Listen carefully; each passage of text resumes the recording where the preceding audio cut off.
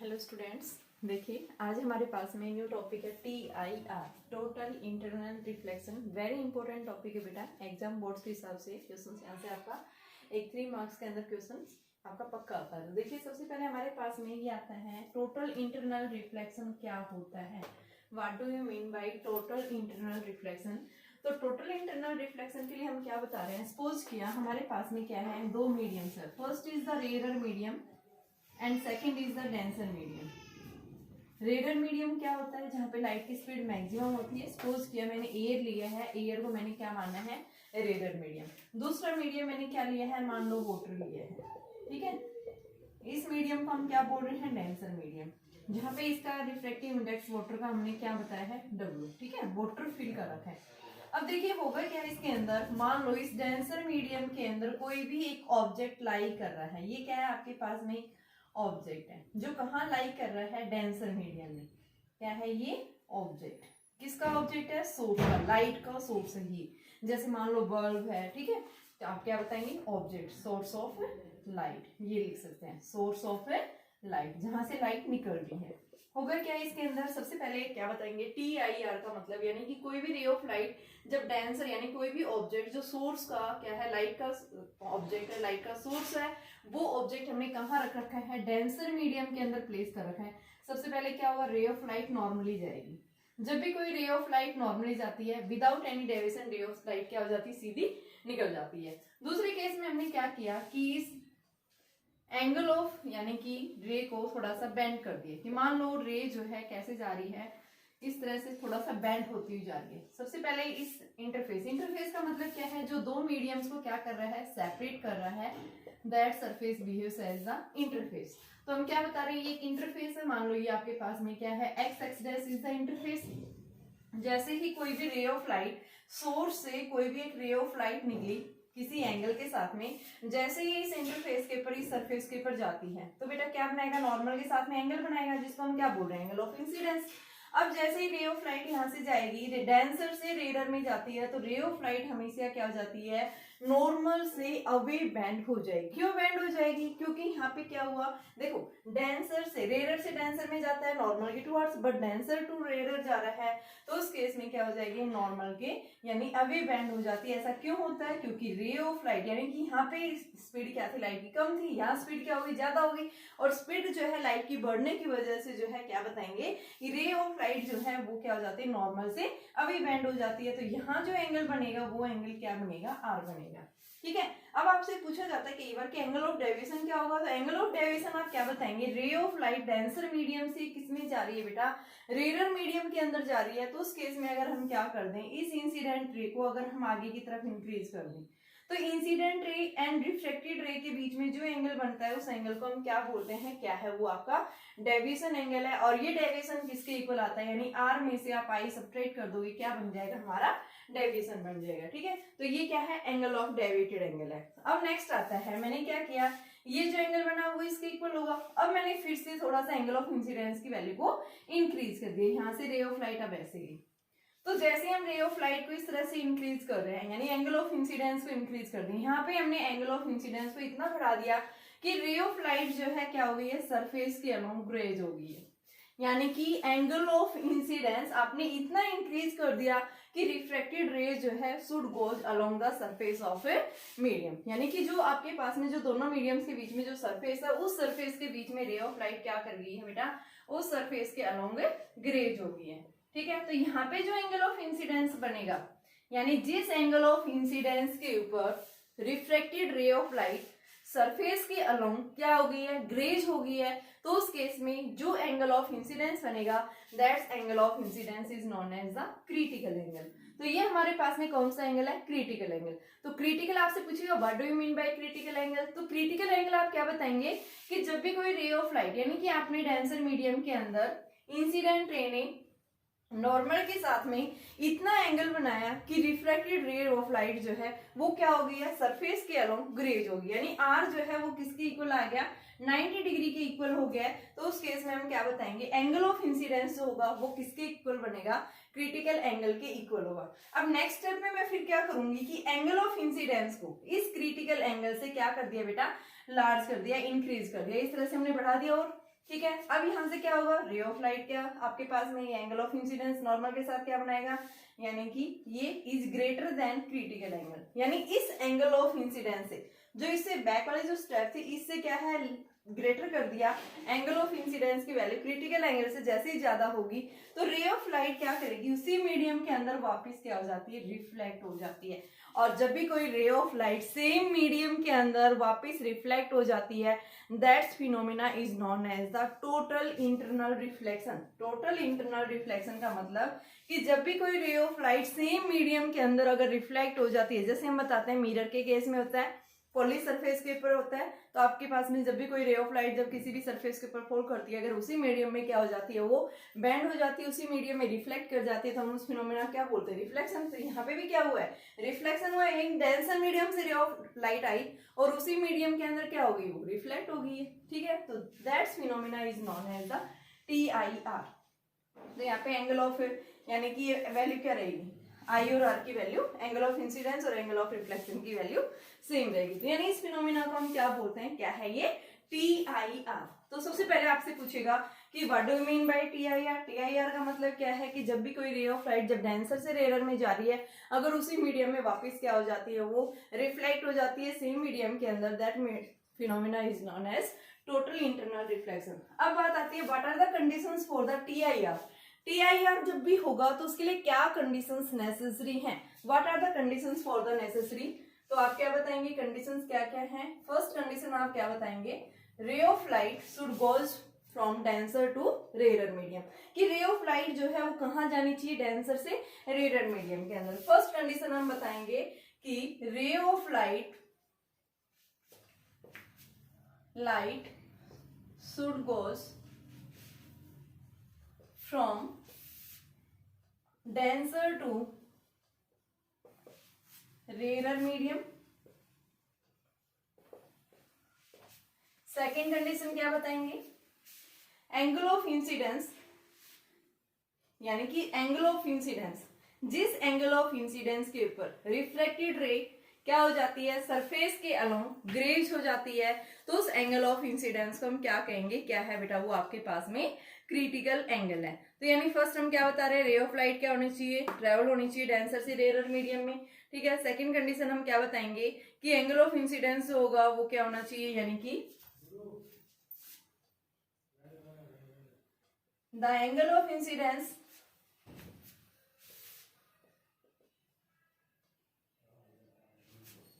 dense at which refracted rays goes along या graze along the surface, graze along the surface, that is angle of incidence is known as critical angle। ठीक है, second condition ही है। अब third condition हम क्या बताएंगे, ये आपका रेयर मीडियम था, थर्ड कंडीशन आप क्या दिखाएंगे कि थर्ड कंडीशन क्या बनेगी इसके लिए, कि जब भी आपके पास में if angle of incidence greater than critical angle then TIR takes place. ये इसके लिए नेसेसरी कंडीशंस हैं, तीन कंडीशंस है। First is the ray of light should goes या should travels from denser to rare medium. Second आप क्या बताएंगे, रे ऑफ लाइट जब भी क्या हो रहा है, डेंसर से रेयर मीडियम में जा रहा है, तो एंगल ऑफ इंसिडेंस को हमने इतना चेंज कर दिया, हम इस तरह से बढ़ा रहे हैं कि ray of light, reflected ray of light क्या हो गई, सरफेस के अलोंग ग्रेज हो गई है। तो यहाँ पे जो एंगल ऑफ इंसिडेंस आपने अप्लाई किया, उस एंगल ऑफ इंसिडेंस को हम क्या कहेंगे, क्रिटिकल एंगल कहेंगे। तीसरा हमारे पास में आता है कि अगर एंगल ऑफ इंसिडेंस अगर क्या हो जाए, इस क्रिटिकल एंगल से इक्वल हो जाता है, यानी उससे ग्रेटर हो जाता है, तो रे ऑफ लाइट उसी मीडियम के अंदर क्या करती है बेटा, वो इन टोटल इंटरनल रिफ्लेक्शन के फिनोमेना को शो करती है। ठीक है, अब हमें क्या देखना है, क्रिटिकल एंगल और रिफ्रैक्टिव इंडेक्स के बीच में रिलेशन देखना है। तो यहीं पे मैं क्या करूँ, ये मेरे पास फर्स्ट पॉइंट ए, ये सोर्स है A B C and D. C point के ऊपर मैं क्या करूंगी, स्नेल्स लॉ अप्लाई करूंगी। By using the Snell's law at the point C, तो क्या आ जाएगा हमारे पास में, by using Snell's law at the point C, at point C, तो हम क्या देखते हैं, सी पॉइंट के पर जैसे ही हम क्या करेंगे बेटा, स्नेल्स लॉ अप्लाई करते हैं। तो स्नेल्स लॉ देखो, रे ऑफ लाइट आंसर से रेयर में जा रही है, तो यहाँ पे इस मीडियम का रिफ्रैक्टिव, मैंने क्या बताया था, रे ऑफ लाइट जहां से निकलती है उसका रिफ्रैक्टिव इंडेक्स क्या लेना है, mu two sine of i is equal to mu one sine of r. अब कंडीशन देखो यहाँ पे सी के ऊपर, आई किसके इक्वल हो गया, सी के इक्वल, आर किसके इक्वल हो गया 90 डिग्री, न्यू टू क्या है, वाटर है, न्यू के इक्वल, और ये क्या है, एयर, एयर के लिए न्यू वन क्या है 1, पुट करें यहाँ पे, तो हमारे पास क्या बनेगा, mu sine C is equal to 1 sine 90। तो बेटा क्या आ गया, mu sine C is equal to 1, तो साइन सी हमारे पास में क्या फॉर्मूला बन गया, न्यू, तो यानी हम क्या लिख सकते हैं, mu is equal to 1 upon sine c. ये हमारे पास में रिलेशन आ गया, ठीक है। तो ये क्या है आपके पास में, वेरी इंपॉर्टेंट रिलेशन है, किसके बीच में, refractive index and the critical angle. कोई भी रे ऑफ लाइट जब भी क्या कर रही है, किसी भी, यानी कि मान लो कोई ग्लास स्लैब है या कोई प्रिज्म है, जब भी वहां से क्या होगा कि TIR होगा या नहीं होगा, वो डिपेंड करता है क्रिटिकल एंगल के ऊपर, और क्रिटिकल एंगल किसके ऊपर डिपेंड करता है, रिफ्रैक्टिव इंडेक्स के ऊपर डिपेंड करता है। और अलग अलग मीडियम्स के लिए रिफ्रैक्टिव इंडेक्स की वैल्यू भी क्या मिलेगी आपको, डिफरेंट मिलेगी, ठीक है। तो देखिए मेरे पास एक क्वेश्चन दिया हुआ, मैं पहले उस क्वेश्चन को दिखा रही हूँ आपके पास में, क्वेश्चन में किस तरह से किस टाइप का क्वेश्चन पूछेगा, उसके बाद में फिर हम इसकी एप्लीकेशंस देखेंगे, ठीक है बेटा। तो देखिए सेकंड हमारे पास में क्या आएगा,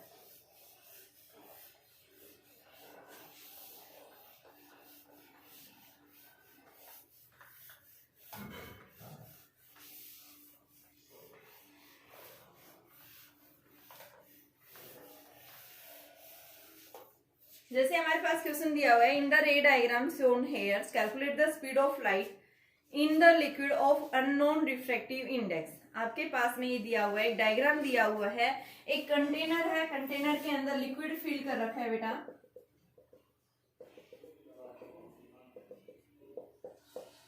इस लिक्विड के अंदर हाइट दे रखी है, हाइट कितनी हाइट तक लिक्विड फिल कर रखा है, 40 सेंटीमीटर तक, और यहाँ पे कोई एक सोर्स है, सोर्स से क्या जा रही है, लाइट जा रही है, 40 सेंटीमीटर इसकी हाइट है, लिक्विड जो फिल कर रखा है कंटेनर के अंदर, और यहाँ से जो रे ऑफ लाइट जा रही है, तो यहाँ से पॉइंट ये सी दिया हुआ है, सी से ए के बीच में डिस्टेंस कितनी दे रखी है, 30 सेंटीमीटर दिया हुआ है, क्या है ये 30 सेंटीमीटर। पूछा क्या है कि रे ऑफ डायग्राम आपके पास दिया हुआ है कि रे ऑफ लाइट क्या होगी, सरफेस के अलोंग ग्रेज होगी, ठीक है। तो ये आपके पास ये डिस्टेंस यहाँ से यहाँ तक है, ये रे ऑफ लाइट यहाँ से, ये रे ऑफ लाइट है, सोर्स से लाइट निकली और सरफेस के अलोंग रेज हो गई है, तो calculate the speed of light in the liquid of unknown refractive index. यानी कि जब इस लिक्विड का रिफ्रैक्टिव इंडेक्स आपको गिवन नहीं है, आपके पास में क्या दिया हुआ है कि डायग्राम दिया हुआ है, आपके पास में ट्रायंगल दे रखी है, तो इस केस में हम कैसे अप्लाई करेंगे। तो इस केस में देखिए आपके पास में देखो, लाइट की speed mu is equal to क्या होता है, सी बाई वी, तो V is equal to C by mu. अगर हमारे पास में इस लिक्विड का रिफ्रैक्टिव इंडेक्स आ जाता है तो हम क्या निकाल सकते हैं बेटा, स्पीड निकाल सकते हैं, यानी कि हम क्या निकाल पाएंगे कि यहाँ पे रिफ्रैक्ट स्पीड ऑफ लाइट निकाल पाएंगे, क्योंकि मीडियम की जैसे चेंज होता है, मीडियम के अंदर लाइट की स्पीड क्या हो जाती है, चेंज हो जाती है, ठीक है। तो यहाँ पे इस मीडियम के अंदर हमें क्या निकालनी है, लाइट की स्पीड निकालनी है, तो उसको निकालने के लिए मैं क्या करूंगी, सबसे पहले स्नेल्स लॉ अप्लाई करूंगी।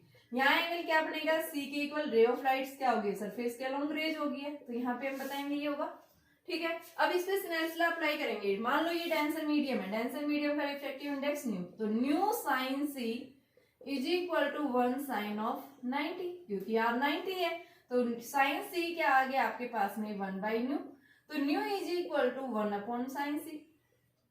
अब बेटा ये सी बन रहा है तो ये भी क्या बनेगा, सी बनेगा, और आपके पास में क्या बन रही है, ट्राइंगल बन रही है, आपके पास एक राइट एंगल ट्राइंगल बन रही है, तो यहाँ से आप साइन सी निकालो, साइन सी क्या होता है, परपेंडिकुलर अपॉन हाइपोटेनस। तो देखो ये 30 है, ये 40 है, तो यहाँ पे परपेंडिकुलर अपॉन हाइपोटेनस, हाइपोटेनस हम निकाल सकते हैं, यानी ओ ए जो आएगा वो क्या आएगा, ओ सी का स्क्वायर प्लस में सी ए का स्क्वायर। ओ सी कितना है 40 का स्क्वायर, और ओ ये सी ए कितना है 30 का स्क्वायर। हमारे पास ये वैल्यू आ गई, तो ओ ए आपके पास में कितना आ गया 40, यानी 1600 प्लस में 900, तो ये हमारे पास 2500 और इसको जब हम करते हैं तो कितना आ गया, ये आपके पास में 50 सेंटीमीटर हमारे पास वैल्यू आ गई है। ठीक है, अब यहाँ से रिफ्रैक्टिव यानी साइन सी निकालो। साइन सी क्या होता है, परपेंडिकुलर अपॉन हाइपोटेनस, तो ये 1/30 और अपॉन में 50, तो ये क्या आ गया 5/3। तो यानी हमने क्या निकाल दिया, इस लिक्विड का रिफ्रैक्टिव इंडेक्स निकाल दिया। अब रिफ्रैक्टिव इंडेक्स निकाल दिया तो यहाँ से हम क्या निकालेंगे, स्पीड निकालेंगे। ठीक है, तो इस मीडियम के अंदर लाइट की स्पीड क्या होगी, 3 × 10⁸ अपॉन में 5/3। तो ये हमारे पास में कितना आ गया 9 × 10⁸ अपॉन में 5। ठीक है, तो ये आपके पास में कितना आ जाएगा 1.8 × 10⁻। जब आप इसको करते हैं 1.8 × 10⁸ मीटर/सेकंड, क्या आ गई ये स्पीड, लाइट की स्पीड आ गई किसमें, मीडियम के अंदर। मीडियम क्या है, वाटर है, इस वाटर के अंदर आपकी ये आ गई है। ठीक है बेटा, चलो अब देखिए क्या होता है।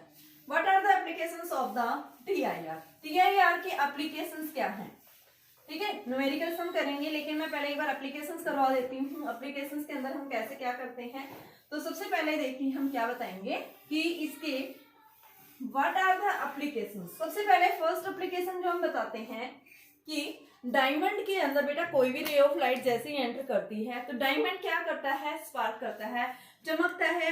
क्यों चमकता है, what is the reason for this. तो देखिए इसका रीजन आप क्या बताएंगे कि डायमंड जो है यानी कि वो क्यों साइन करता है। तो उस केस में हम क्या बताते हैं कि आपके पास में जब भी कोई रे ऑफ लाइट डायमंड के सरफेस के ऊपर फॉल करती है बेटा, ठीक है, तो सबसे पहले आप क्या बताएंगे, भाई रिफ्रैक्शन होता है। रिफ्रैक्शन के साथ में उसमें क्या होता है, TIR फिनोमिना भी टेक्स प्लेस करता है। ठीक है, तो यहाँ पे हम बताते हैं for the diamond, for diamond refractive index होता है 2.42। तो यहां से हम क्या निकालेंगे, साइन सी निकालेंगे 1/μ। तो सी की वैल्यू आ जाएगी आपके पास में 1/2.42 और इसका साइन इनवर्स। जब हम इस क्रिटिकल एंगल की वैल्यू निकालते हैं तो इस क्रिटिकल एंगल की वैल्यू हमारे पास में यानी कि जो वैल्यू आती है ये आती है 24.4 डिग्री के आसपास। तो क्या होता है, जैसे कोई भी रे ऑफ लाइट जब भी डायमंड के सरफेस के अंदर फॉल करती है, मान लो आपके पास में डायमंड इस तरह की शेप के अंदर है, कोई भी रे ऑफ लाइट आई यहां से है ये आपके पास में, तो ये क्या होगा, एंगल ऑफ इंसिडेंस जो होगा वो क्या होगा, क्रिटिकल एंगल से क्या होता है बेटा, ज्यादा होता है। तो ये क्या करेगी, रे ऑफ लाइट यहाँ से जैसे ही जाएगी तो दूसरे सरफेस पे जाएगी, फिर से क्या होगा, यहाँ से ये रे ऑफ लाइट यहाँ फॉल करेगी, यहाँ पे फिर क्या बनेगा, नॉर्मल रे ऑफ लाइट फिर इस सरफेस के ऊपर जाएगी। तो यानी इस तरह से मल्टीपल रिफ्लेक्शन होता है। और यहाँ पे जो एंगल ऑफ इंसिडेंस यानी कि वेरियस जो है, यानी कि रे ऑफ लाइट जैसी कोई भी एंटर करती है तो ये क्या करती है, पूरी लाइट इसी के अंदर क्या होती है, वो एब्जॉर्ब होती जाती है। और वो वेरियस यानी कि इसकी जो साइड्स होती हैं डायमंड की, वेरियस साइड से क्या करता है, ये मल्टीपल टाइम्स बार क्या करता है बेटा, रिफ्लेक्शन करता है। इस वजह से डायमंड क्या करता है, एक साथ में जो है ब्रिलियंस यानी कि स्पार्क करता है वो। ठीक है, तो यानी हम क्या बताते हैं कि डायमंड के अंदर इसके अंदर मल्टीपल रिफ्लेक्शंस होता है और कोई भी लाइट जो है यानी कि कहीं बाहर नहीं निकल पाती है। इस वजह से डायमंड क्या करता है, स्पार्क करता है। क्यों, क्योंकि वहां पे एंगल ऑफ इंसिडेंस होता है वो क्रिटिकल एंगल से ज्यादा होता है, 24.4 डिग्री से ज्यादा होता है। और मैंने अभी कंडीशंस बताई थी कि TIR कब टेक्स प्लेस होगा। देखिए आपको ये सबसे ज्यादा इंपॉर्टेंट बात रखनी है, जब भी रे ऑफ लाइट किसी भी सरफेस के ऊपर फॉल करता है तो उस लाइट का TIR कब होगा, ठीक है, कब रे ऑफ लाइट ट्रांसमिट कर जाएगी यानी रिफ्लेक्शन कब होगा, और सरफेस के अलोंग जाएगी तो क्या होगा। तो देखिए तीन कंडीशंस, आपको तीन बातें याद रखनी है। कौन कौन सी बातें याद रखनी है, तो देखिए फर्स्ट आप क्या बताएंगे, अगर एंगल ऑफ इंसिडेंस आपका क्रिटिकल एंगल से लेस है, फर्स्ट पॉइंट हम क्या बताएंगे, if angle of incidence is less than critical angle then the ray of light will be refracted या फिर ट्रांसमिट, ठीक है, ट्रांसमिट हो जाएगी। दूसरा, अगर आई क्या होगा, C के इक्वल है, तो उस केस में क्या होगा, ray of light should goes graze along the surface के अलोंग क्या हो जाती, ग्रेज हो जाती है। तीसरा, अगर angle of incidence greater than critical angle then TIR takes place. ये तीन कंडीशंस आपको ध्यान रखनी है जब भी किसी भी लाइट का भाई आपका TIR होगा, रे ऑफ लाइट सरफेस के अलोंग जाएगी, या फिर क्या होगा कि आपकी रे ऑफ लाइट ट्रांसमिट करेगी या रिफ्लेक्ट करेगी। ठीक है, तो इस फिनोमिना के ऊपर डिपेंड करता है। तो देखिए आपके पास में ये मैंने फर्स्ट क्या बताया है कि आपके पास में किस तरह से डायमंड स्पार्क कर रहा है। सिमिलर हम क्या बता रहे हैं कि आपके पास में जो एयर बबल है, एयर बबल होता है ना, तो उस एयर बबल के अंदर भी क्या होता है, वो बेटा क्या करता है, साइन करता है पानी के अंदर। ठीक है, तो क्यों साइन करता है, what is the reason for this? तो air bubble shines in the water, why? तो इसका रीजन भी क्या बताएंगे, due to the TIR effect. मान लो ये क्या है, कंटेनर है, और इस कंटेनर के अंदर क्या है, एयर बबल है। तो ये एयर बबल है, इस एयर बबल के अंदर कोई भी रे ऑफ लाइट आ रही है, तो यहाँ से हम क्या लेंगे, इसके ऊपर नॉर्मल लेंगे। तो यहाँ पे एंगल ऑफ इंसिडेंस जो बनेगा वो क्या बनेगा, क्रिटिकल एंगल से। और बेटा यहाँ पे हम क्या बताते हैं कि जो आपके पास में जो वाटर का जो क्रिटिकल एंगल होता है वो कितना है, 48.75। कितना है वो critical angle for the water surface, 48.75 degree के इक्वल है। तो यहाँ पे एंगल ऑफ इंसिडेंस जो बनेगा ये आई, ये क्या होगा, इस क्रिटिकल एंगल से ज्यादा होता है। ठीक है, ज्यादा होगा तो रे ऑफ लाइट क्या कर जाएगी, इस तरह से रिफ्लेक्ट कर जाती है। एंगल ऑफ आई और एंगल ऑफ आर क्या हो जाते हैं उस केस में, इक्वल, यानी रे ऑफ लाइट क्या कर जाती है, जैसे ही आपके पास में अगर क्या बनता है, वाटर के अंदर कोई भी एयर बबल फॉर्म होता है, तो एयर बबल क्यों साइन करता है, due to the reflection of light आप बोलेंगे फर्स्ट। सेकेंड पॉइंट आप क्या बताएंगे, किस कारण से ऐसा होता है, due to the TIR effect के कारण होता है। क्यों होता है TIR, क्योंकि वाटर के लिए जो रिफ्रैक्टिव इंडेक्स होता है उसकी वैल्यू कितनी होती है, 48.75 डिग्री। और यहाँ पे जैसे कोई भी रे ऑफ लाइट जब जाके फॉल करेगी तो बेटा एंगल ऑफ इंसिडेंस जो बनेगा वो क्या बनेगा, इस 48.75 डिग्री से ज्यादा बनता है। तो एंगल ऑफ इंसिडेंस जब क्या होगा, क्रिटिकल एंगल से ज्यादा होगा, तो अभी उसके लिए मैंने नेसेसरी कंडीशंस क्या बताई है कि क्या होता है वहां पे TIR। तो क्या होगा यहाँ पे, TIR टेक्स प्लेस होगा। तीसरा देखते हैं हम कि मिराज कैसे फॉर्म होता है। मिराज का मतलब क्या होता है, देखिए देखा होगा आपने गर्मियों के दिनों के अंदर क्या होता है कि मान लो आप रोड पे, टेम्परेचर बहुत हाई होता है सराउंडिंग का, ठीक है ना, अर्थ के सरफेस पे क्या होता है, टेम्परेचर हाई होता है। जैसे जैसे आप अर्थ के सरफेस से ऊपर की तरफ जा रहे हैं, टेम्परेचर क्या होता है, कम होता है। और टेम्परेचर कम होगा तो बेटा डेंसिटी और रिफ्लेक्टिव इंडेक्स क्या होगा, बढ़ेगा। ठीक है, तो देखिए मान लो ये आपके पास में क्या है, अर्थ सरफेस है, अर्थ सरफेस, यहां पे क्या है, एक ट्री है। ठीक है, क्या होगा यहां से कि ये अर्थ एटमॉस्फेयर है, अलग अलग लेयर्स हैं, एयर है, यहां पे टेम्परेचर हाई होता है, टेम्परेचर हाई। और जैसे जैसे आप ऊपर जा रहे हैं टेम्परेचर क्या होगा, डिक्रीज। टेम्परेचर डिक्रीज होगा, refractive index and density will increase. क्या होता है बेटा, इंक्रीज होगा। तो क्या होगा यहाँ से, मान लो कोई भी रे ऑफ लाइट जब आ रही है, यहाँ से आप यहाँ खड़े होकर ऑब्जर्व कर रहे हैं, मान लो ट्री से रे ऑफ लाइट आई, इस तरह से आ रही है, तो यहाँ पे क्या होगा, ये क्या करेगा, जैसे जैसे मार्क के सरफेस से ऊपर जा रहे हैं भाई, वहां की एयर पे क्या होगा, टेम्परेचर लो होगा, टेम्परेचर लो होगा। नीचे हमारे आपके सरफेस पे क्या है, टेम्परेचर हाई है, तो variation in the temperature, temperature variation होने की वजह से रिफ्रैक्टिव इंडेक्स इनका क्या कर रहा है, वेरी कर रहा है। तो यहाँ पे हम क्या बताएंगे, above the surface of earth, as we go above the from the surface of earth the medium will behaves acts as a denser medium, यानी ये क्या करेगा, डेंसर एट हाइट के ऊपर हमारा जो मीडियम है वो क्या करेगा, डेंसर की तरह, ये क्या करेगा, रेयर की तरह है। ठीक है, ये हम क्या बता रहे हैं, रेयर। तो सबसे पहले जैसे ही रे ऑफ लाइट आके फॉल करती है, तो यहाँ पे क्या होगा, रे ऑफ लाइट डेंसर से रेयर में जाता है तो नॉर्मल से अवे बेंड हो जाता है, यानी इस तरह से। फिर यहाँ पे जाएगा तो यहाँ पे फिर से देखो क्या होगा, ये आपके पास में फिर से अवे जाएगा। ठीक है, ऐसे गया था ये रे ऑफ लाइट। फिर उसके बाद में फिर से यहाँ से देखो क्या हो जाएगी, अवे जाएगा, यानी और फिर नेक्स्ट आप देखेंगे क्या हो जाएगी, क्या हो गया बेटा, यहाँ पे रे ऑफ लाइट इस तरह से सरफेस के अलोंग होगी। यानी हम क्या बता रहे हैं, एक कंडीशन ऐसी आती है जहां पे रे ऑफ लाइट जो है क्या हो जाती है, उसी मीडियम के अंदर वापस रिफ्लेक्ट हो जाती है। तो यहाँ से जैसे ये रे ऑफ लाइट जाएगी, यानी कि हम क्या बता रहे हैं कि इस फिनोमिना के अंदर जैसे रे ऑफ लाइट जाती है तो ये क्या हो जाती है, ऐसे वापस उसी मीडियम के अंदर रिफ्लेक्ट हो जाती है। ठीक है, तो यहाँ पे आपके पास जो ऑब्जर्वर है वो यहाँ पे इसको क्या कर रहा है, ऑब्जर्व कर रहा है, तो रे ऑफ लाइट उसकी आईज तक पहुंची, यानी क्या दिखेगा आपको जस्ट इसके नीचे, यानी इस ट्री की इन्वर्टेड इमेज फॉर्म होगी। क्या दिखेगी? एक इन्वर्टेड इमेज फॉर्म होगी जस्ट इसके नीचे, इस ट्री की उल्टी इमेज दिखाई देती है। देखा होगा आप जब गर्मियों के अंदर रोड के ऊपर जा रहे हैं, गाड़ी ड्राइव कर रहे हैं, आपको ऐसा लगता है रोड के बीच में क्या गिरा हुआ है, पानी गिरा हुआ है, ठीक है।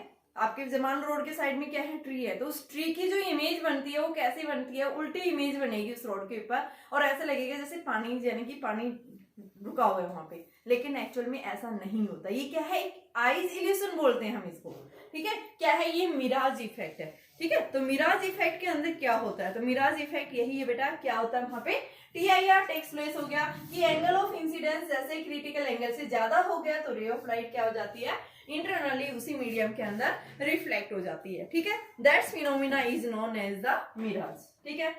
नेक्स्ट आता है कि किसी भी ग्लास प्रिज्म के थ्रू कैसे टोटली इंटरनल रिफ्लेक्शन होता है। वेरी इंपॉर्टेंट है बेटा, यहाँ से क्वेश्चंस भी आए हुए हैं आपके एग्जाम के अंदर, तो देखिए कैसे जो है TIR होता है।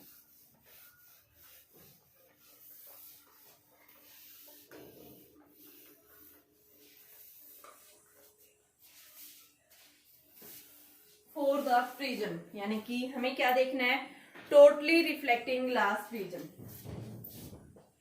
टोटली रिफ्लेक्टिंग ग्लास प्रिज्म, किसी भी ग्लास प्रिज्म के अंदर कैसे टोटली रिफ्लेक्ट करती है, तो इसके अंदर हमें क्या देखना है, TIR देखना है।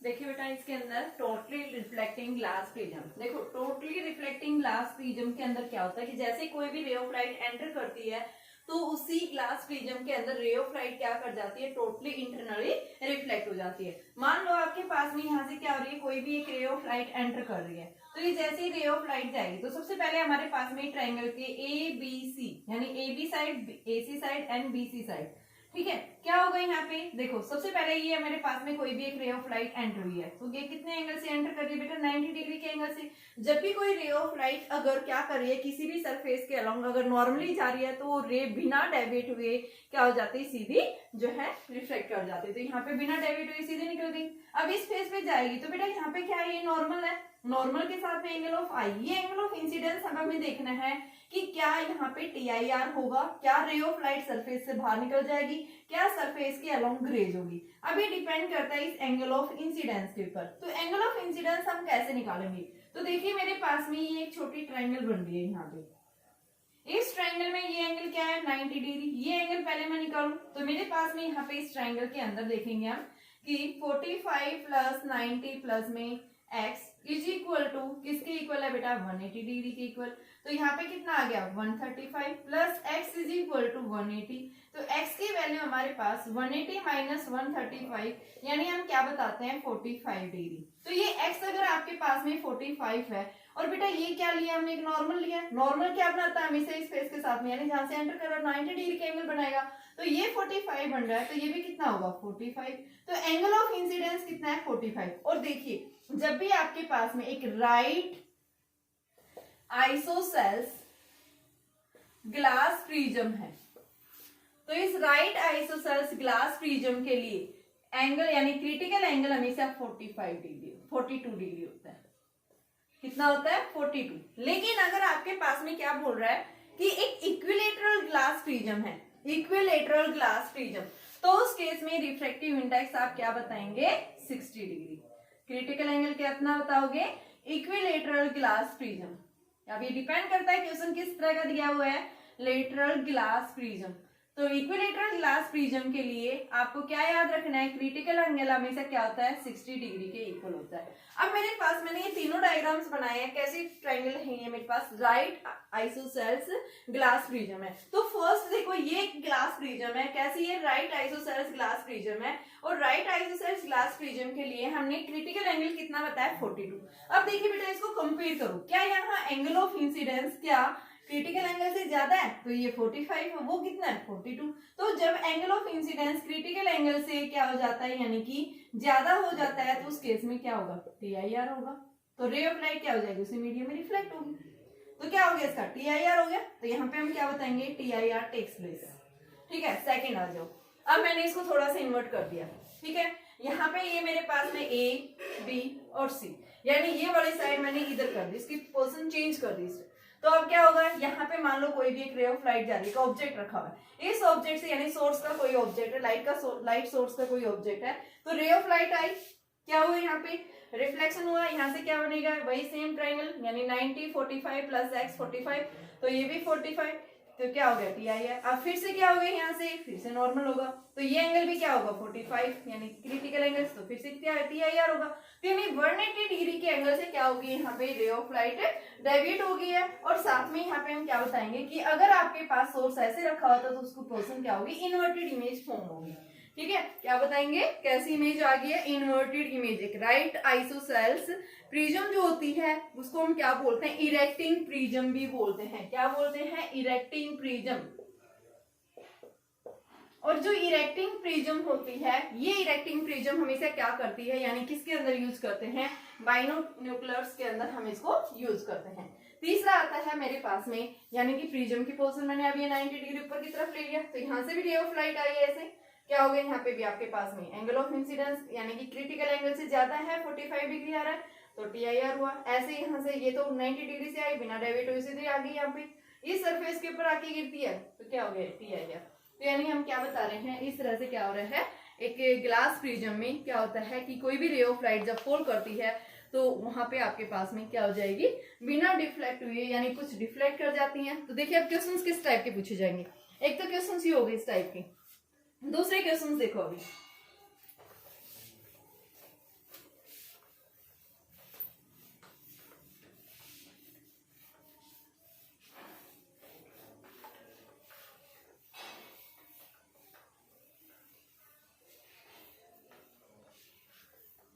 देखिए बेटा क्वेश्चन क्या बोल रहा है, आपके पास में यहाँ पे दिया हुआ है एक रे ऑफ लाइट आ रही है, ए बी सी ट्राइंगल है, ए बी सी, ये एंगल गिवन है, कितना दिया हुआ है, एक 30 डिग्री है तो दूसरा 60 डिग्री है, ये 30 डिग्री गिवन है, ये 60 डिग्री गिवन है, यहां से रे ऑफ लाइट आई है। तो यहाँ पूछा है बताइए रे ऑफ लाइट क्या करेगी, रिफ्लेक्ट करेगी, टी आई आर होगा या सरफेस के अलोंग रेज होगी। ठीक है, ये दिया हुआ है, साथ में आपको दिया हुआ है साइन इनवर्स 3/4 49 डिग्री दिया हुआ है। एंगल आर की वैल्यू पूछी है कि जब अगर रे ऑफ लाइट क्या हो जाए, ट्रांसमिट हो जाए, तो उस एंगल ऑफ रिफ्रैक्शन की वैल्यू क्या होगी। जब ग्लास का रिफ्रैक्टिव इंडेक्स कितना दे रखा है बेटा, 3/2 दिया हुआ है, ग्लास प्रिज्म है ये, और क्रिटिकल एंगल 42 डिग्री है, क्योंकि राइट आइसोसेल्स ग्लास प्रिज्म है। तो यहाँ पे क्या होगा, रे ऑफ लाइट यहाँ से 90 डिग्री से आ रही है, बिना डेविएट हुए सीधे जाएगी, यहाँ पे क्या होगा, नॉर्मल के साथ एंगल बनाएगा। अभी डिपेंड करता है रे ऑफ लाइट रिफ्लेक्ट होगी नहीं, तो आप इसके लिए क्या करेंगे, 90 ये x मान लेंगे, तो 90 प्लस 30 120, 120 को 180 में से घटाओगे तो कितना आ गया 60, तो ये एंगल 60 आ रहा है, तो ये भी क्या होगा आपके पास में, यानी 30 डिग्री। भाई नॉर्मल के साथ टोटल एंगल क्या बनता है, 90 डिग्री बनता है, तो ये 60 बन रहा है, तो ये कितना बनेगा, 30 डिग्री बनेगा। अब यहाँ पे देखो क्या एंगल ऑफ इंसिडेंस क्या क्रिटिकल एंगल से ज्यादा है कम है, तो क्या बताएंगे, angle of incidence is less then 42 degree. ठीक है, जब इससे 42 यानी कि क्रिटिकल एंगल से लेस देन है, तो रे ऑफ लाइट क्या करेगी बेटा, डेंसर से जब रेयरर में जा रही है तो नॉर्मल से अवे बेंड हो जाएगी, तो ये क्या बन गया आर। रे ऑफ लाइट क्या होगी, यहाँ से रिफ्लेक्ट होगी है। ठीक है, तो यहाँ पे हम क्या बताएंगे कि क्या हो गया, यहाँ पे रिफ्लेक्शन हुआ, यानी रे ऑफ लाइट क्या होगी, यहाँ से ट्रांसमिट होगी। अब यहाँ पूछा क्या है कि जब रे ऑफ लाइट ट्रांसमिट हुई है तो इसके लिए एंगल ऑफ रिफ्रैक्शन क्या है, क्या निकालना है हमें, एंगल ऑफ रिफ्रैक्शन। तो इस एंगल ऑफ रिफ्रैक्शन की वैल्यू कैसे लगाएंगे, इस पॉइंट पे स्नेल्स लॉ अप्लाई कर दें, तो क्या करेंगे, बाय यूजिंग स्नेल्स लॉ क्या आएगा बेटा, आपके पास में nu sine 30 is equal to air है 1 हो गया साइन ऑफ आर, तो ये न्यू की वैल्यू कितनी है 3/2, साइन 30 क्या होता है 1/2, और ये क्या आ गया साइन आर, तो 3/4 साइन आर, आर की वैल्यू क्या आ गई साइन इनवर्स 3/4 और ये कितना है 49 डिग्री। आर की वैल्यू कितनी आ गई 49 डिग्री आ गई है। यही पूछा था इस क्वेश्चन में, ठीक है। तो आपसे एक क्वेश्चन जो पूछेगा इस टाइप के क्वेश्चन पूछेगा। और अभी एक लास्ट इसका एप्लीकेशन और करवा देती हूँ, कल फिर मैं इसके न्यूमेरिकल्स करेंगे, ठीक है। ऑप्टिकल फाइबर और देख लो ऑप्टिकल फाइबर में क्या होता है। तो देखिए ऑप्टिकल फाइबर क्या है। ये तो ग्लास प्रिज्म में कैसे रिफ्लेक्शन होता है वो पढ़ा है। अब आ जाओ ऑप्टिकल फाइबर क्या होता है। देखो ऑप्टिकल फाइबर हम आजकल नेट वगैरह के अंदर यूज करते हैं, हम बोलते हैं फाइबर जो है आपका ब्रॉडबैंड है, ठीक है। तो फाइबर यानी कि ट्रांसमिशन के लिए यूज होता है ये, कि लॉन्ग डिस्टेंस तक क्या किया जाता है सिग्नल्स को ट्रांसमिट किया जाता है, तो उसको हम क्या करते हैं फाइबर, जो जनरली हम इंटरनेट के अंदर इसका यूज करते हैं, ठीक है। हम क्या करते हैं सिग्नल्स को लॉन्ग डिस्टेंस तक ट्रांसमिट करने के लिए हम ऑप्टिकल फाइबर्स का यूज करते हैं, ठीक है। दूसरा हम क्या करते हैं कि आपके पास में टेलीकम्युनिकेशन यानी वही बात होगी है, ठीक है। तीसरा हम क्या बताते हैं कि आपका जो एंडोस्कोपी होती है, ठीक है, एंडोस्कोपी के अंदर भी ऑप्टिकल फाइबर्स का यूज किया जाता है। इसको क्यों यूज करते हैं, ठीक है। तो आप क्या बताएंगे ऑप्टिकल फाइबर यानी कि आपके पास में ऑप्टिकल फाइबर के अंदर क्या होता है टीआईआर फिनोमिना के ऊपर काम करता है। टीआईआर यानी कि ये क्या होता है एक लॉन्ग नैरो पाइप, एक पतला सा पाइप होता है, ये पतला सा वायर होता है। इस वायर के अंदर क्या किया जाता है यानी कि क्या होते हैं कोर, क्लैडिंग एंड तीसरा आता है कोटिंग, ठीक है। यानी कि जो ऑप्टिकल फाइबर है, optical fibre mainly 3 parts consist करता है। कौन कौन से, first is the core, internal जो पार्ट होता है उसको हम क्या बोलते हैं कोर, सेकंड फिर आता है क्लैडिंग, तीसरा आता है बफरिंग कोटिंग, ठीक है। बफरिंग कोटिंग ये सिर्फ प्रोटेक्शन के लिए होता है, कोटिंग कवर की जाती है, ठीक है, इंसुलेशन कवर होता है जो हम किसके लिए यूज करते हैं ये उसकी सेफ्टी के लिए, ठीक है। कवरिंग आउटर कवरिंग होती है, प्रोटेक्शन करता है ये इसका। कोर क्या होता है सबसे पहले इंटरनल यानी ऑप्टिकल फाइबर के अंदर जो इंटरनल आपने देखा होगा आपकी जो वायर्स होती है ऑप्टिकल फाइबर वो थोड़ी मोटी होती है, उसके अंदर क्या होता है ये होता है वैसे बिल्कुल इसके अंदर बिल्कुल एक पतली सी वायर होती है प्लास्टिक की, तो उसको बोलते हैं फाइबर। उस फाइबर के ऊपर ये लेयर कवरिंग होती है, यानी कौन कौन सी, सबसे पहले उसका इंटरनल पार्ट आता है, क्या होता है ये कोर। फिर आता है उसके बाद में कोर के बाद में क्या होगा बेटा क्लैडिंग, और क्लैडिंग के बाद में फिर क्या होगा ये क्या हो गया कोर, ये आ गया क्लैडिंग, और फिर आता है तीसरा इससे बफरिंग कोटिंग।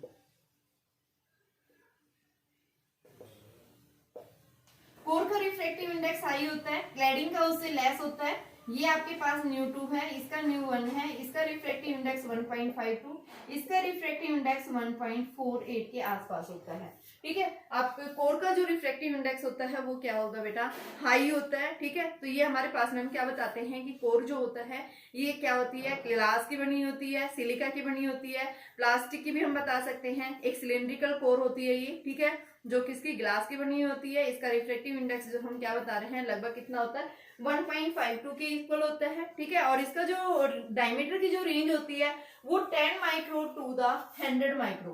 तो देख रहे हैं कितनी स्मॉल वैल्यू है 10 माइक्रो टू 100 माइक्रो। ये क्या है डायमीटर है ये इसका, माइक्रो में आ रहा है, तो यानी क्या है इसकी जो थिकनेस होती है वो क्या होती है वेरी स्मॉल। सेकंड आता है कि कोर के बाद में आउटर कवरिंग यानी दूसरी क्या होती है कि क्लैडिंग होती है, ठीक है।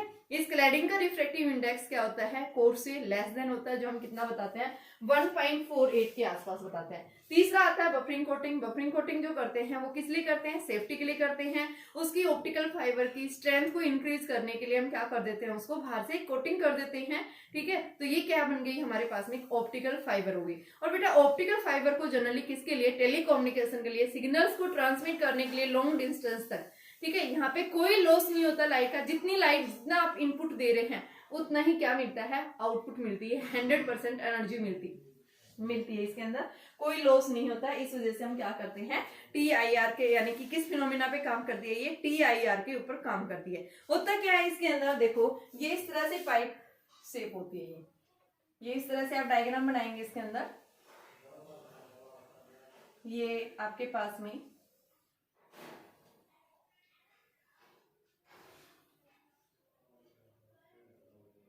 ये कोई भी एक लाइट जो है सिग्नल पास किया जाता है इसके अंदर, ठीक है।